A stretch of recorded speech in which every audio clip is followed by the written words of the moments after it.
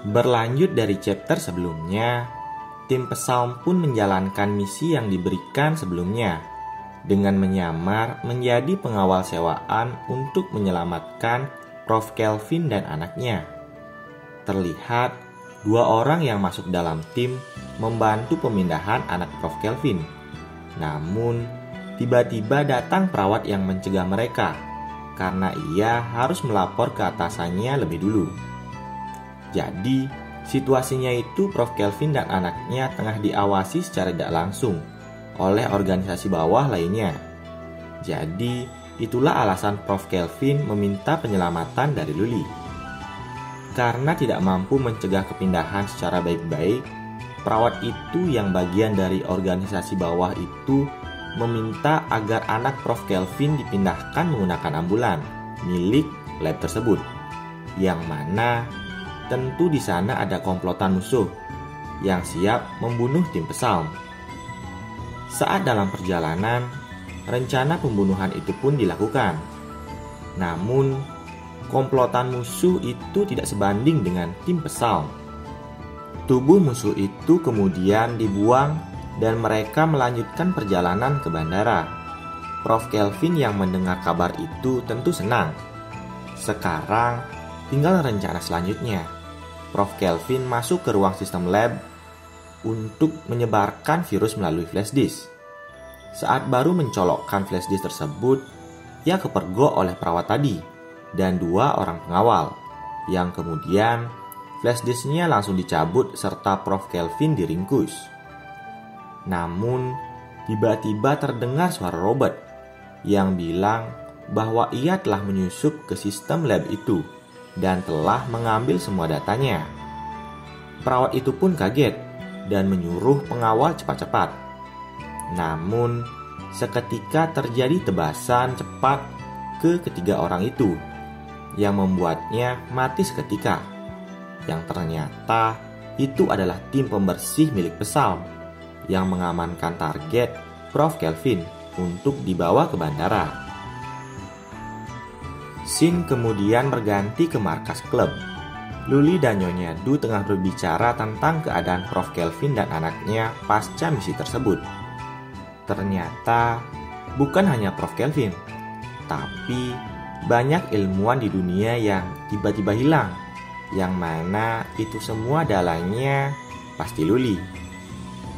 Hingga obrolan mereka terhenti saat Misen melaporkan bahwa penelitian Dr. Ishida mengalami kemajuan dan mengundang Luli untuk melihatnya.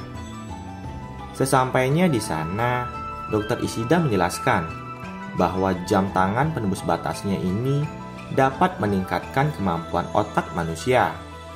Mereka pun mencoba jam itu ke Misen karena ia bersedia. Setelah memakainya, ia meninju samsak hingga terbelah menjadi dua.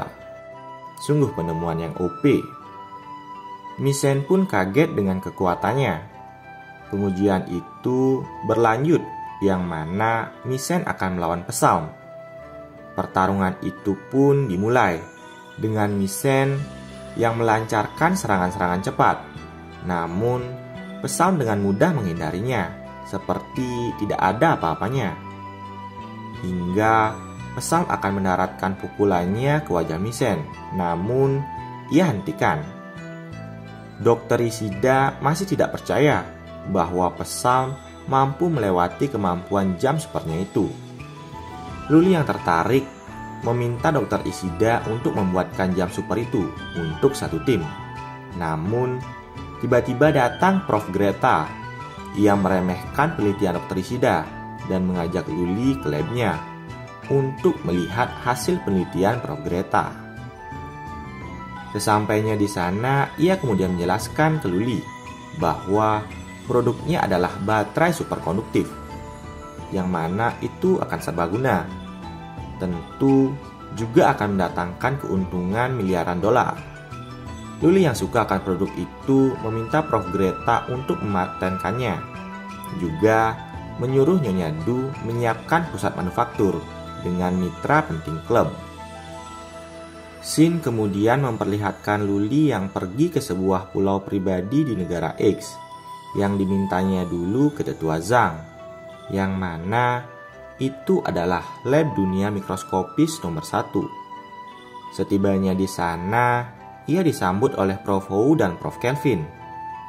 Mereka pun menuju pusat laboratorium. Terlihat bahwa dalam lab tersebut terdapat tiruan sebuah lautan primordial, yang mana komposisi airnya juga telah ditiru sama persis. Selain itu, mereka juga punya matahari buatan untuk siklus siang dan malamnya. Kok kayak real ya? Cina kan punya matahari buatan juga, katanya lo ya. Kali ini giliran Luli dalam memulai proses dunia nomor 1 dengan melakukan percepatan waktu 10.000 kali agar prosesnya dapat dipersingkat. Seketika lautan tersebut bergelombang dengan dahsyat yang membuat suasana sangat tegang di lab tersebut. Namun perlahan lautan itu mulai tenang hingga proses telah berjalan stabil. Luli sangat kelelahan karena harus menggunakan banyak waktu untuk proses tersebut. Mereka pun melanjutkannya dengan pelepasan makromolekul yang merupakan bibit asal mula dunia. Dengan itu, tahap awal dunia nomor 1 dapat dikatakan telah sukses. Waktu kemudian melompat ke 5 bulan kemudian di markas klub. Nampak Luli yang sangat kelelahan karena harus mempertahankan akselerasi waktunya. Luli kemudian bertemu Markus Pulu dan Tuan Rong di ruang kerjanya. Kedatangan Raja Markus adalah untuk memberikan laporan bahwa fasilitas lab kota bawah tanahnya telah terbentuk. Mendengar itu, Luli senang dan menghadiahi poin Raja Markus untuk menukarkannya dengan waktu. Namun, tiba-tiba datang misen yang melapor bahwa ada kabar terbaru dari lab dunia nomor 1.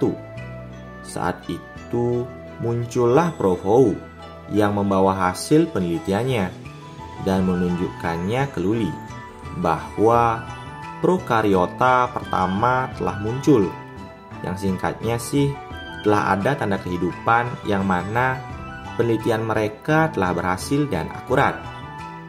Mendengar dan melihat itu membuat Markus Pulu bengong karena negaranya telah didahului oleh negara X dengan lab dunia nomor 1 mereka.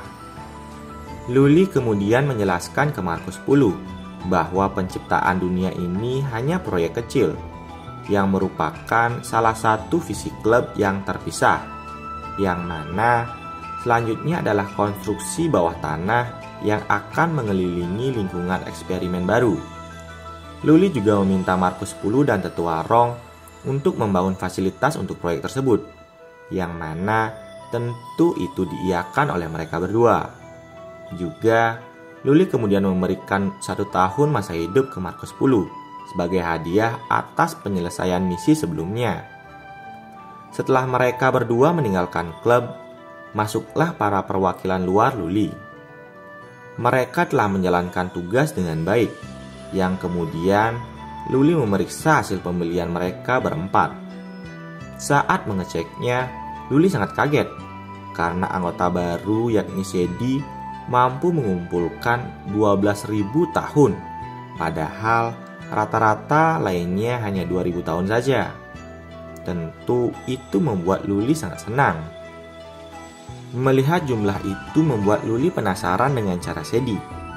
Ia pun menjelaskan bahwa ia memulai di negara dengan banyak populasi, namun miskin, yang kemudian ia menggunakan pendekatan sebagai perempuan.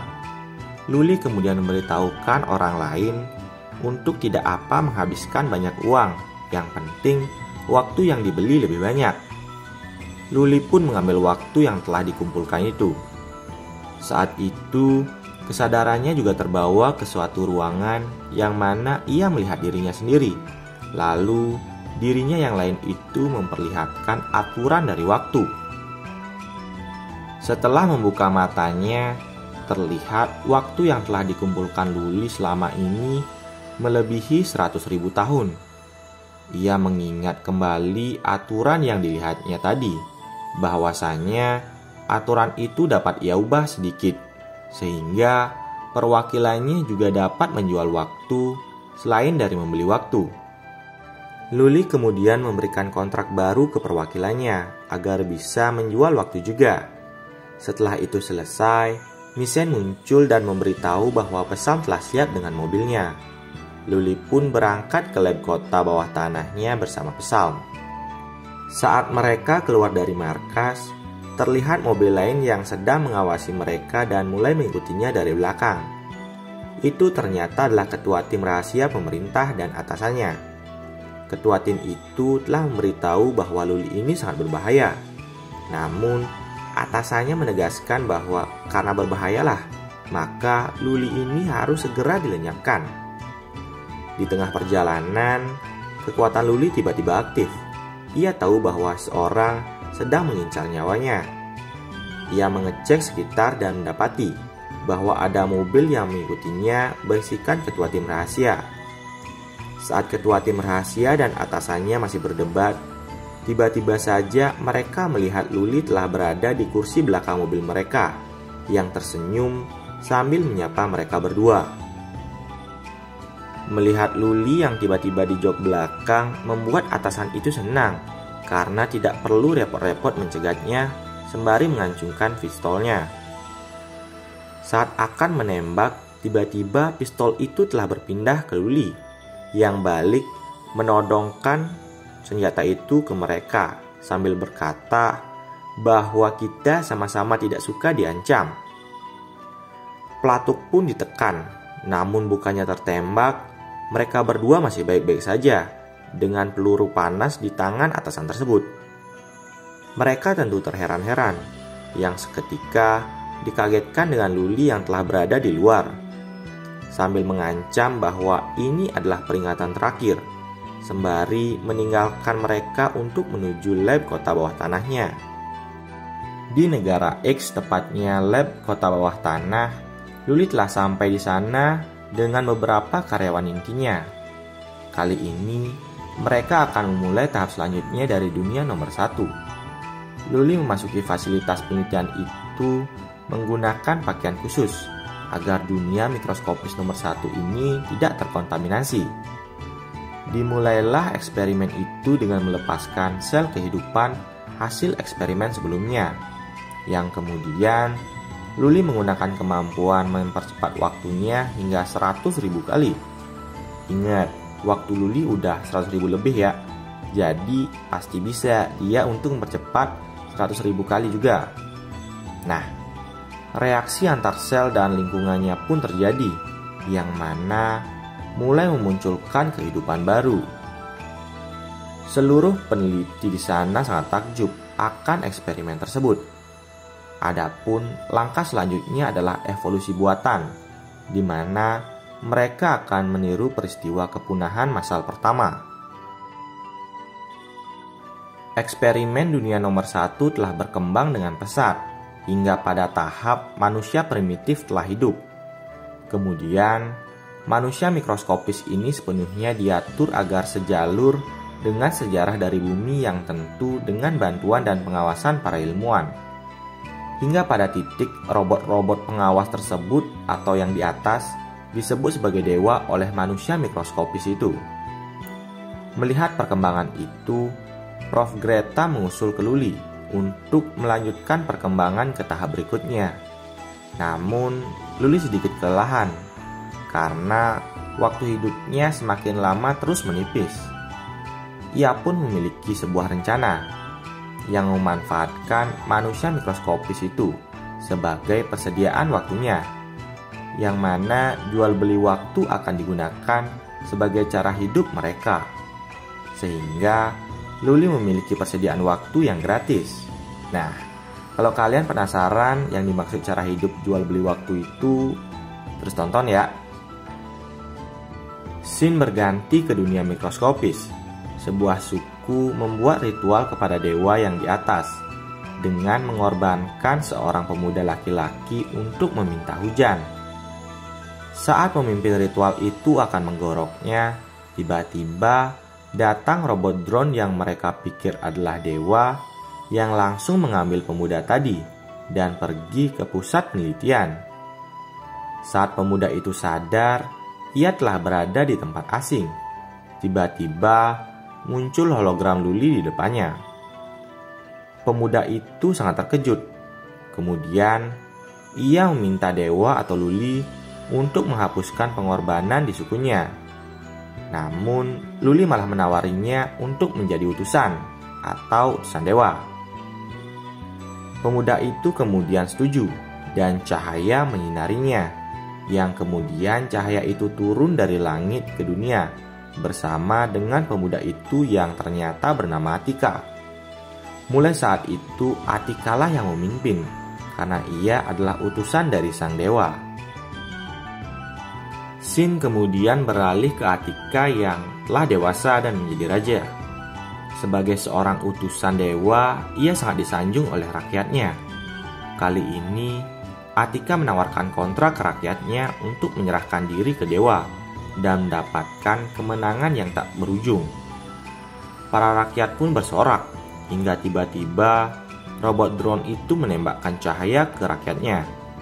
Rakyat yang masih muda itu tiba-tiba berubah menjadi dewasa dengan otot yang kekal. Setelah perubahan itu, mereka sangat bersemangat untuk maju ke medan perang dalam menghadapi pasukan orc. Saat pertarungan sengit itu terjadi dan diawasi oleh robot drone, Luli malah menguap dengan besar. Kayaknya dia kecapean tuh karena terus-terusan pakai kemampuannya. Di sisi lain, tabung dunia itu telah mulai mengeluarkan butiran-butiran cahaya yang merupakan masa hidup. Sesaat kemudian, jumlah cahayanya bertambah drastis. Melihat itu, Luli terkejut karena pertumbuhan penduduknya sangat pesat. Atika pasti ingin menguasai benua nih. Jadi gini guys, cara hidup yang dimaksud Luli sebelumnya adalah membuat kontrak dengan Atika dan para rakyat ataupun prajuritnya. Kontrak itu akan mengambil masa hidup penduduknya dengan perkiraan hingga mereka berada pada masa puncaknya atau dewasa.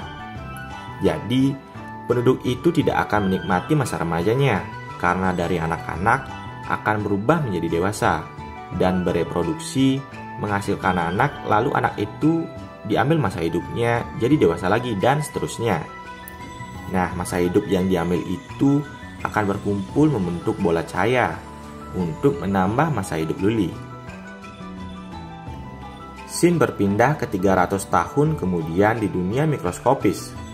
Terlihat peradaban telah berkembang dengan pesat dan Atika yang sudah menjadi tua. Setelah semua pertempuran itu, ia menyadari bahwa tubuhnya yang tua mulai sakit-sakitan. Sin berganti pada kedua anak Atika yang berjalan menuju aula utama sambil berdiskusi mengenai peperangan selanjutnya. Saat tiba di sana, mereka melihat bahwa ayahnya telah meninggal. Anak bungsunya sangat panik. Berbeda dengan adiknya, anak sulung Atika malah merasa senang karena ayahnya meninggal pasti telah menuju Valhalla. Yang mana sesaat kemudian muncullah sang dewa atau Luli. For your info aja, berdasarkan kepercayaan Nordik, Valhalla itu bisa dikatakan sebagai base campnya prajurit yang telah gugur guys. Yang mana mereka nantinya akan diajak untuk perang bersama dewa di Ragnarok. Jadi itu merupakan kehormatan tertinggi bagi para Viking atau petarung guys. Kedatangan Luli itu bertujuan untuk memilih penerus dari Atika. Namun, kedua saudara itu malah bertengkar memperebutkan tahta di hadapan Luli. Karena kesal, Luli pun memperingatkan mereka bahwa dunia ini adalah miliknya. Jika mereka masih bertengkar, ia akan menggantikan mereka berdua dengan orang lain, kata Luli sembari mengeluarkan dua kontraknya. Jadi pada akhirnya mereka berdua tetap dikontrak oleh Luli guys. Setelah kembali, Luli lega karena ia tidak terjebak dalam drama pertikaian saudara itu. Setelahnya, Luli, Tuantang, dan Profou berdiskusi tentang dunia nomor 1 ini, yang mana Tuantang menanyakan tentang kemandirian mereka karena mereka masih dibantu oleh para ilmuwan. Untuk menjawab itu, Luli menawarkan sebuah solusi, yakni adalah pertikaian untuk menjadikan mereka lebih kuat. Pada tahun kalender Dewa 80 di dunia mikroskopis, terjadi penyerangan oleh pasukan Orc ke kerajaan Attika untuk balas dendam. Hal ini pasti yang dimaksud Luli nih, karena para Orc juga percaya diri untuk menang, karena di belakang mereka adalah para dewa. Peperangan itu sangat luar biasa, yang menewaskan banyak prajurit dan penduduk. Hingga perang telah berada di titik akhir. Anak sulung Attika melawan pemimpin Orc dengan susah payah, namun tetap terpojok. Hingga saat ia akan dibunuh, adiknya membantu dengan memanah Orc tersebut, hingga tewas. Dan perang pun usai, yang dimenangkan kerajaan Attika. Dari perang tersebut, Luli adalah orang yang paling diuntungkan, karena setelah perang, jumlah penduduk kerajaan Attika sangat sedikit. Tentu itu berbahaya jika ada serangan lainnya. Nah, untuk menstabilkannya, pertumbuhan penduduk adalah solusi, yang tentu itu dibantu Luli untuk membuat mereka menjadi dewasa dengan cepat. Tentunya dengan mengambil masa hidupnya. Pertumbuhan penduduk ini juga menjadi masalah bagi Luli, hingga ia mengadakan rapat karena sumber daya di dunia tersebut akan tidak cukup untuk 1 tahun ke depan dalam waktu dunia nyata. Luli dengan kelicikannya pun menyarankan untuk membuat dunia nomor 2, sehingga penduduk kerajaan Attika bisa menjarah sumber daya tersebut sendiri tanpa bantuan dari para ilmuwan lagi.